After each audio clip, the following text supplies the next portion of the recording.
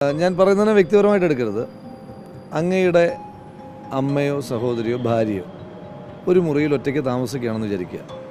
ഒരു 4-5 പുരുഷന്മാർ ഒരു 12:30 ആകുമ്പം വന്ന് മുട്ടിയിട്ട് ഞങ്ങൾ പോലീസ് തുറക്കണം എന്ന് പറഞ്ഞാൽ അങ്ങയുടെ ഭാര്യയോ മാതാവോ സഹോദരിയോ, വ്യക്തിപരമായി എടുക്കരുത്, അങ്ങയുടെ ഭാര്യയോ മാതാവോ സഹോദരിയോ എങ്ങനെ പ്രതികരിക്കണം എന്നാണ് അങ്ങ് ആഗ്രഹിക്കുന്നത്? ജനം TV ആയതുകൊണ്ട് അങ്ങയോട് തന്നെ ചോദിക്കുന്നത്. അല്ലയോ മഹാനുഭാവ എന്നും പറഞ്ഞൊരു നൈസായിട്ട് അങ്ങ് അണ്ണാക്കിൽ അടിച്ചു കൊടുത്തു. അതാണ് ഇപ്പോൾ നമ്മളിപ്പോൾ കണ്ടത്.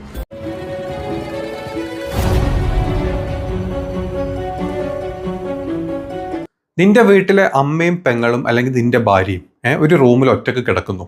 എവിടെയെങ്കിലും പോയ സമയത്ത് ഒരു 3-4 ആണുങ്ങൾ വന്നിട്ട് ഡോറ് മുട്ടിയിട്ട് തുറക്കണം, ഞങ്ങൾ പോലീസുകാരാന്ന് പറഞ്ഞു കഴിഞ്ഞാൽ നിങ്ങൾ തുറക്കുമോ? അല്ല, തുറക്കുമെങ്കിൽ തുറക്കുമെന്ന് പറയണം. എന്താണെങ്കിലും നമ്മുടെ രാഹുൽ മാങ്കൂട്ടത്തിൽ ഈ ചോദ്യം ചോദിച്ചിട്ടുള്ള മീഡിയ പേഴ്സണോട് മുഖത്തടിച്ച പോലെയായിരുന്നു ഈ ഒരു മറുപടി വന്നിരുന്നത്. ജിജ്ഞാസയുടെ ഒന്നും ആവശ്യമില്ലല്ലോ. എന്തിനാ ജിജ്ഞാസ? ഞാനൊന്ന് കാന്തപുരം ഉസ്താദിനെ കണ്ടതിൻ്റെതായിട്ടുള്ളൊരു ബ്ലസ്ഡ് മൊമെൻറ്റിലിരിക്കുകയാണ്. അപ്പോൾ അദ്ദേഹം മതേതരത്വത്തെ പറ്റി പറയുന്നൊരു വലിയ സങ്കല്പം, അതെല്ലാം കേട്ട് വളരെ ബ്ലസ്ഡായിട്ടിരിക്കുന്ന ഒരാളെന്ന നിലയിൽ മറ്റ് വിവാദങ്ങളോട് പ്രതിഷേധം മാത്രമേ ഉള്ളൂ. അതൊന്നും ക്യാരി ചെയ്യുന്നില്ല. എനിക്കും പാലക്കാടിനും പ്രതിഷേധം ഉണ്ടാകും. ആ പ്രതിഷേധം ഞാനിപ്പോൾ തന്നെ രേഖപ്പെടുത്തി, പാലക്കാട് 20-ാം തീയതി രേഖപ്പെടുത്തും. പാതിരാത്രിയൊക്കെ ഹോട്ടലിൽ കയറി വരിക എന്ന് പറയുന്നത് എന്തോ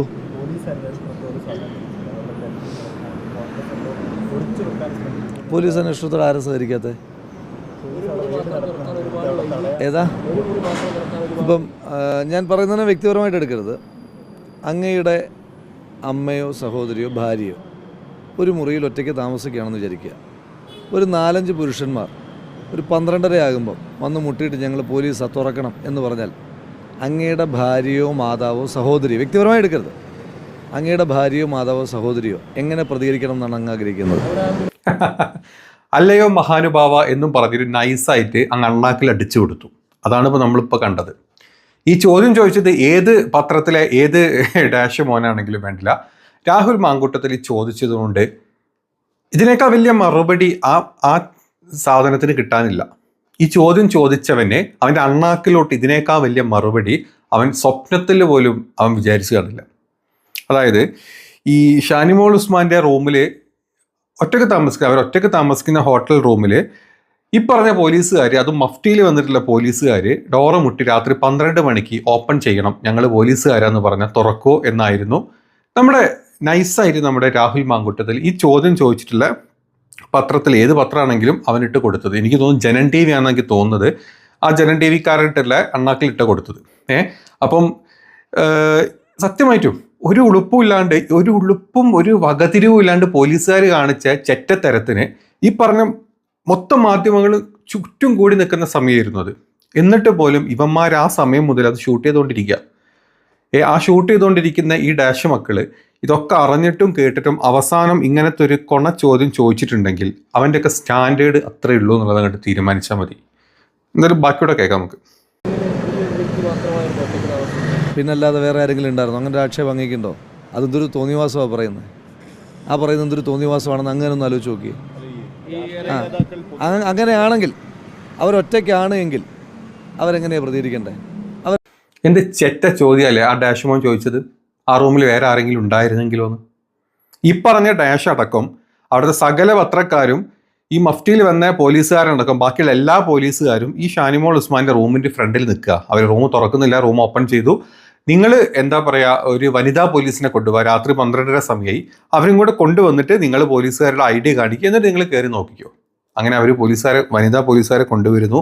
ഇത്രയും സമയം ഈ ഹോട്ടൽ, അതായത് ഈ റൂമിൻ്റെ ഫ്രണ്ടിൽ ഇവന്മാരൊക്കെ തടിച്ചുകൂടി നിൽക്കുന്നതാ. അത് കഴിഞ്ഞ് റൂം തുറന്നിട്ട് ഇവന്മാരെ മൊത്തം കാണുന്നുണ്ട് അകത്ത്. അവിടെ നിന്ന് ആരും ഇറങ്ങിപ്പോയിട്ടില്ല. ഒരു നീലപ്പെട്ടിയും അല്ല ഒരു രാഹുൽ മാങ്കൂട്ടത്തിലും ഒരാളും അതിനുള്ളിൽ പുറത്തോട്ട് പോയിട്ടില്ല എന്ന് ഈ പറഞ്ഞ ഡാഷുകൾക്കൊക്കെ അറിയാം. എന്നിട്ടും അടുത്ത ദിവസം വന്നിട്ട് ഇങ്ങനത്തെ ചോദ്യം ചോദിക്കണമെങ്കിൽ ഇവൻ്റെയൊക്കെ സ്റ്റാൻഡേർഡും ഇവൻ്റെയൊക്കെ വൃത്തികെട്ട ചിന്താഗതിയും എന്താണെന്നുള്ളത് നമ്മൾ മനസ്സിലാക്കണം. ഇതിനേക്കാൾ വലിയ മറുപടി കൊടുക്കാനില്ല. അവൻ്റെ വീട്ടുകാർ, സത്യം അവൻ്റെ അമ്മ, അവൻ്റെ പെങ്ങൾ, അവൻ്റെ സ്വന്തം കെട്ടിയോളാണ് ഇങ്ങനെ കിടന്നിരുന്നെങ്കിൽ ഇവൻ ഈ പറഞ്ഞ് ചോദിക്കോ? ഈ വൃത്തികെട്ട ചോദ്യം ഇവൻ ചോദിക്കുമായിരുന്നോ? അല്ല, അവൻ സ്വയം അവനോട് ചോദിക്കുമായിരുന്നോ അതിൻ്റെ അകത്ത് ആരെങ്കിലും ഉണ്ടായിരുന്നെങ്കിലോ എന്നുള്ളത്? ഇല്ല. എന്താ സ്വാഭാവികമായിട്ട് അവർ സ്വാഭാവികമായിട്ട് പറയേണ്ടത്? സ്വാഭാവികമായിട്ട് അവർ സംഘടനാ പ്രവർത്തനത്തിന് പാരമ്പര്യമുണ്ടെന്ന് പറഞ്ഞിട്ട് പാതിരാത്രിയാകുമ്പോൾ ഈ എന്നും പറഞ്ഞ് പുരുഷന്മാർക്ക് വാതിൽ തുറന്നു കൊടുക്കാൻ പാടുണ്ട്. അപ്പോൾ അവരെന്താ പറയേണ്ടത്? അവർ പറയേണ്ടത് നിങ്ങളൊരു വനിതാ പോലീസിനെ കൂട്ടിയിട്ട് വരൂ അല്ലേ? അങ്ങനെയല്ലേ പറയേണ്ടത്? അങ്ങനെയാണ് അവർ പറഞ്ഞത്. വനിതാ പോലീസിനെ കൂട്ടിയിട്ട് വരുന്നവരെ അവർ ഈ മുറിയും പൂട്ടിയിട്ട് വേറെ ദുബായിലൊന്നും പോയില്ലല്ലോ. നിങ്ങൾ മാധ്യമപ്രവർത്തകരെല്ലാം മുറിയുടെ വാതിൽക്കൽ തന്നെ നിൽക്കുകയല്ലേ? അല്ല, ഞാൻ പറയട്ടെ, ചോദ്യം പ്ലേസ് ചെയ്തല്ലോ, ഇനി പറഞ്ഞ മറുപടി. അപ്പോൾ അവർ ആ മുറിയിലത്തെ വാതിൽക്കൽ തന്നെ നിന്നു.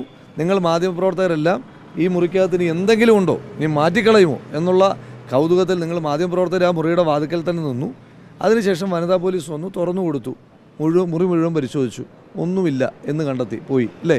അപ്പോൾ ഇനിയും ചോദ്യങ്ങൾ, സത്യം പറഞ്ഞാൽ ഇന്ന് നിങ്ങൾ ചോദിക്കേണ്ടത് എന്നോടല്ല, ഇന്നെങ്കിലും നിങ്ങൾ എന്നോടൊരു മര്യാദ കാണിക്കേണ്ടുന്ന ദിവസമാണ്, എന്നോട് ഇന്ന് ഐക്യപ്പെടേണ്ടുന്ന ദിവസമാണ്. അടിസ്ഥാനരഹിതമായ ആരോപണം എനിക്കെതിരെ എൻ്റെ പ്രസ്ഥാനത്തിനെതിരെ ഉന്നയിച്ചിട്ട് നിങ്ങൾ നിരന്തരമായ ചോദ്യം അവരോടാണ് ചോദിക്കേണ്ടത്. ഞാൻ ആ മുറിക്കകത്തുണ്ടെന്ന് BJPയുടെ സ്ഥാനാർത്ഥി പറഞ്ഞില്ലേ? ഞാൻ ആ മുറിക്കകത്തുണ്ടായിരുന്നു. ഞാൻ ആ മുറിക്കകത്ത് പെട്ടിയുമായിട്ടിരിക്കുകയാണെന്ന് BJPയുടെ സ്ഥാനാർത്ഥി പറഞ്ഞു. ജനം TV ആയതുകൊണ്ട് അങ്ങോട്ട് തന്നെ ചോദിക്കുന്നത്. സത്യം, BJPയുടെ സ്ഥാനാർത്ഥി മാത്രമല്ല, BJPയുടെ വടകര തോറ്റ അമ്പി അപ്പിയിട്ട സ്ഥാനാർത്ഥി, മുൻ സ്ഥാനാർത്ഥി വരെ അവിടെ വന്നിട്ട് കൊരക്കിയായിരുന്നു. രാഹുലിനെ പുറത്തോട്ട് ഇറക്കി വിട്, ഞങ്ങളെന്തോ മലമറയ്ക്കുന്നു. അതോ ഇവനായിരുന്നു ആ കൊരച്ചുകൊണ്ടിരുന്നവൻ. രാഹുൽ മാങ്കൂട്ടത്തിന്റെയും ഷാഫി പറമ്പിന്റെയും സ്വന്തക്കാരനായിട്ടുള്ള ആ ഫെനിയാണ് ഇവിടത്തേക്ക് പണം കൊണ്ടുവന്നിട്ടുള്ളത്. ഇവിടുത്തെ ഏതോ മുറിയിൽ ആ പണം സൂക്ഷിച്ചിട്ടുണ്ട്. അതുകൊണ്ട് എല്ലാ മുറികളും തുറന്ന് പരിശോധിക്കണം. അതുപോലെ സ്ഥാനാർത്ഥി രാഹുൽ മാങ്കൂട്ടം ഈ ഹോട്ടലിൽ തന്നെയുണ്ട്. ഷാനിമോൾ ഉസ്മാൻ റൂം തുറക്കാൻ എന്തിനായിട്ട് സമയം? അപ്പോൾ ഇതിനകത്ത് ദുരൂഹതയുണ്ട്. ഇവിടുത്തെ മുഴുവൻ റൂമുകളും തുറന്ന് പരിശോധിക്കണമെന്ന് ഞങ്ങൾ ആവശ്യപ്പെടുകയാണ്. അത് പരിശോധിച്ചിട്ട് BJPയുടെ പ്രവർത്തകന്മാർ ഇവിടുന്ന് പോകുള്ളൂ. CCTV പരിശോധിച്ച് മുഴുവൻ തെളിവുകൾ പുറത്തു വിടണം. കേട്ടല്ലോ, ഇത്ര സാമാന്യ ബോധവും വകതിരിവും എന്താ പറയാ, ഇവന്മാർക്ക് ഇത്രയേ ഉള്ളൂ. ഇതിന്റെ അപ്പുറത്തോട്ട് ചിന്തിക്കാനുള്ള കഴിവോ കാര്യങ്ങളോ ഇല്ല.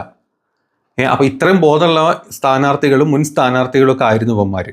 അപ്പോൾ ഇവന്മാരുടെ അടുത്ത് നിന്ന് ഇത്രയൊക്കെ പ്രതീക്ഷിച്ചാൽ മതി. നമ്മൾ ഇവന്റെ കണ്ണാക്കിൽ അടിച്ച് കിട്ടി എന്നുള്ളതാണ് ഇതിന്റെ ഏറ്റവും ബേസിക് ആയിട്ട് പറയാനുള്ള കാര്യം. രാഹുൽ മാങ്കൂട്ടത്തിൽ ഒരുപാട് പേടിക്കുന്നുണ്ട്. അതായത് BJPക്കാർക്ക് അവിടെ സീറ്റ് ഉറപ്പാണ്, ഞങ്ങൾ ജയിക്കും എന്നുള്ള ഉറപ്പിൽ അവർ നിൽക്കുന്നുണ്ടെങ്കിൽ പോലും CPMമാർക്ക് പിന്നെ സരിന് പോയി. അതായത് ചാഞ്ചാടി ഇപ്പോൾ ഒരു ചാഞ്ചാട്ടം ഇല്ലാണ്ട് എന്തോ വിളിച്ച് പറഞ്ഞിട്ട് മറ്റേ കൊയലും തൂക്കി നടക്കുന്ന ഒരു വെറും സ്ഥാനാർത്ഥി, ഒരു ഡമ്മി സ്ഥാനാർത്ഥി സരിൻ മാറിക്കഴിഞ്ഞിട്ടുണ്ട്. അപ്പം ആ സരിൻ്റെ കാര്യം നമ്മൾ ചിന്തിക്കുന്ന പോലുമില്ല. പിന്നെ BJPക്കാർക്കായിരുന്നു അവിടെ മുൻകൈ ഉണ്ടായിരുന്നത്. അവന്മാരാണെങ്കിൽ ഇങ്ങനത്തെ വിവരക്കേടുകൾ ഇങ്ങനെ പറഞ്ഞുകൊണ്ടിരിക്കും. അപ്പം ഈ രണ്ട് സ്ഥാനാർത്ഥികളും ഈ രണ്ട് പാർട്ടിക്കാരും രാഹുലിന് ഒരുപാട് പേടിക്കുന്നുണ്ട് എന്നുള്ളത് ഇവന്മാരുടെ ഈ കംപ്ലീറ്റ് ട്രോളി നാടകത്തിൽ നിന്ന് നമുക്ക് മനസ്സിലായിട്ടുള്ളൊരു കാര്യമാണ്. യുവമോർച്ചയുടെ അധ്യക്ഷൻ പറഞ്ഞു എന്നെ ആ മുറിയിൽ നിന്ന് ഇറക്കി വിടാൻ പറഞ്ഞു. കോഴിക്കോട് ഇരിക്കുന്ന ഞാൻ എങ്ങനെ ആ മുറിയിൽ നിന്ന് ഇറങ്ങി വരുന്നത്? അങ്ങ് ചോദിക്കണ്ടേ? അങ്ങ് ചോദിക്കണം. ഇത് ചോദിക്കൂ. അത് ഞാൻ ഇന്നലെ തന്നെ പറഞ്ഞല്ലേ, ഇനി ആ ഹോട്ടൽ ആരുടെയാണെന്നറിയോ? സത്യമല്ലേ? ഈ വൃത്തികെട്ട ചെറ്റത്തരവും ഈ പറഞ്ഞ പൊട്ടത്തരങ്ങളും വിളിച്ചു പറഞ്ഞിട്ടില്ല. യുവമോർച്ചയുടെ ആളാണെങ്കിലും BJPയുടെ സ്ഥാനാർത്ഥിയാണെങ്കിലും പിന്നെ നമ്മുടെ എന്താ പറയാ, നമ്മുടെ റഹീം റഹീം ആണെങ്കിലും വസീഫ് ആണെങ്കിലും ഈ പറഞ്ഞ സകലമാന മൊയന്തുകളും അവിടെ കുരച്ചോണ്ടിരുന്നു. കുരച്ചിട്ട് അവരൊക്കെ അവിടെ എണീറ്റ് പോയി. ഒന്നും കിട്ടിയില്ല. അവസാനം രാഹുൽ എന്നാലും ജഡ്ഡി പോലും കിട്ടിയിട്ടില്ല അവർക്ക്. ഇത്രയും ആയ സമയത്തും ഈ ചോദ്യങ്ങൾ ചോദിച്ചിട്ടുള്ള ഇവന്മാരോട് നിങ്ങൾ ചോദിച്ചത് മണ്ടത്തരായിപ്പോയില്ലേ? നിങ്ങൾ കരുതിക്കൂട്ടി കൊണ്ടുവന്ന ഡ്രാമ പൊളിഞ്ഞ് പട്ടിപ്പാളീസായില്ലേ എന്ന് ചോദിക്കാൻ എന്തുകൊണ്ടാണ് ഈ പറഞ്ഞ ഒരു പത്രക്കാരും ഇവന്മാരെ മുമ്പിൽ മയക്കും തൂക്കി പോവാത്തത്? രാഹുൽ ചോദിച്ചേക്കെ, നിങ്ങൾ അവരോട് പോയി ചോദിക്കും. നിങ്ങൾ അവരോട് പോയിട്ട് അവർക്ക് എന്താ പറയണത് നിങ്ങൾ പറ. എങ്ങനെ ഞങ്ങൾ ആസൂത്രണം ചെയ്ത് ഞങ്ങളെ BJP RSS CPM Marxist party ആസൂത്രണം ചെയ്ത് കഥയിൽ എവിടെ പാളിച്ച വന്നു പോയെന്നല്ല അവരല്ലേ പറയേണ്ടത്? രാഹുലാണോ പറയേണ്ടത്? അല്ലല്ലോ, അല്ല. രാഹുൽ അതേ ചോദിച്ചിട്ടുള്ളൂ. ഇന്നലെ തന്നെ പറഞ്ഞു. ഇനി ആ ഹോട്ടൽ ആരുടെയാണെന്നറിയോ? ആരുടെയാ ഹോട്ടൽ? ആ ഹോട്ടൽ ആരുടേതാണ്? അങ്ങ് CPM നേതാക്കന്മാരുമായിട്ട് ബന്ധമുള്ള ആളല്ലെന്ന്. പെരിന്തൽമണ്ണയിലെ കഴിഞ്ഞ തവണത്തെ സ്ഥാനാർത്ഥി ശ്രീ KP മുസ്തഫ LDFന്റെ സ്ഥാനാർത്ഥിയുടെ ഹോട്ടലാണത്. കോൺഗ്രസിന് ഇപ്പം KPM ഹോട്ടൽ റൂം എടുക്കാൻ പാടില്ല. അപ്പോൾ BJP എന്തിനാണ് റൂം എടുത്തത്? BJP എന്തിനാണ് റൂം? അല്ല, ഞാൻ പറഞ്ഞത് അപ്പോൾ അതുകൊണ്ട് ഞങ്ങൾക്ക് എന്തെങ്കിലും സ്വാധീനിക്കാൻ പറ്റില്ല എന്നാണ് പറഞ്ഞത്. ഇതിനകത്ത് രാഷ്ട്രീയ ഗൂഢാലോചന മാത്രമേ ഉള്ളൂ. ഞാൻ ചോദിക്കുന്നത് ഇതെല്ലാം കഴിഞ്ഞു. ഇന്നലെ വരെ നിങ്ങൾ കൊടുത്ത വാർത്തകളെല്ലാം വിട്ടേക്ക്.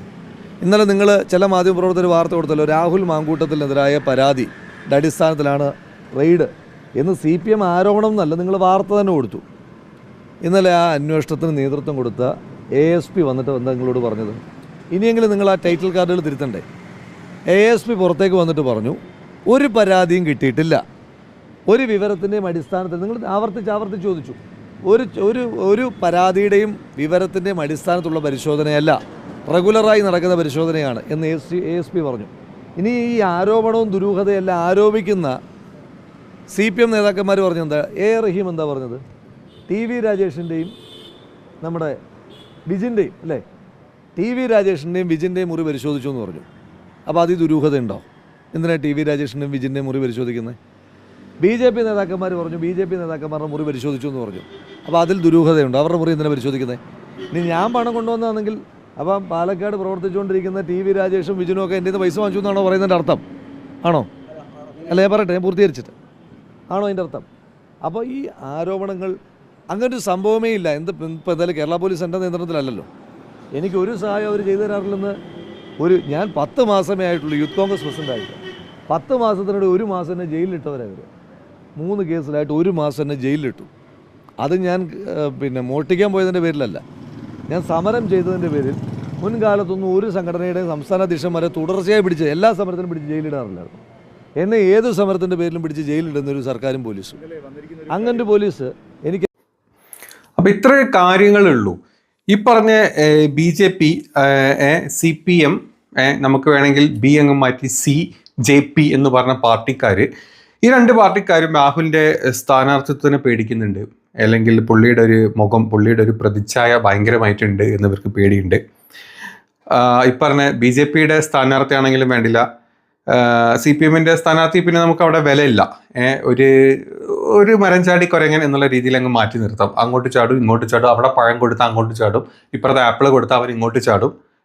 ഇനി അപ്പുറത്ത് നമ്മൾ റുമാമ്പഴം കൊടുത്തു കഴിഞ്ഞാൽ അവൻ അങ്ങോട്ട് 2ഉം കൂടെ എടുത്ത് ചാടും. അത്രയേ ഉള്ളൂ. അപ്പം CPMൻ്റെ പാർട്ടി സ്ഥാനാർത്ഥി എന്ന് പറഞ്ഞു കഴിഞ്ഞാൽ വെറും ഒരു ചാഞ്ചാടി നടക്കുന്ന ഒരു മനുഷ്യൻ. അപ്പം അതുകൊണ്ട് ഒരു വലിയ അവിടെ ആരും കൊടുക്കുന്നില്ല. പിന്നെ ആകെ അവിടെ ഒരിത് വരുന്നത് BJP പാർട്ടിക്കാർക്കാണ്. BJP കുറേ അണികളും കാര്യങ്ങളൊക്കെ ഉള്ളത് കൊണ്ട് അവർക്കായിരുന്നു. പക്ഷേ ഇങ്ങനത്തെ കുറേ എന്താ പറയുക, ട്രോളി ഡ്രാമകളും ഇത്തരത്തിലുള്ള കുറേ വർഗീയതയും കുത്തിക്കയറ്റി ഇതിൻ്റെ ഇടയ്ക്ക് അങ്ങ് ചാലിച്ചെഴുതുന്ന സമയത്ത് അവർക്കും അവിടെ അവരുടെ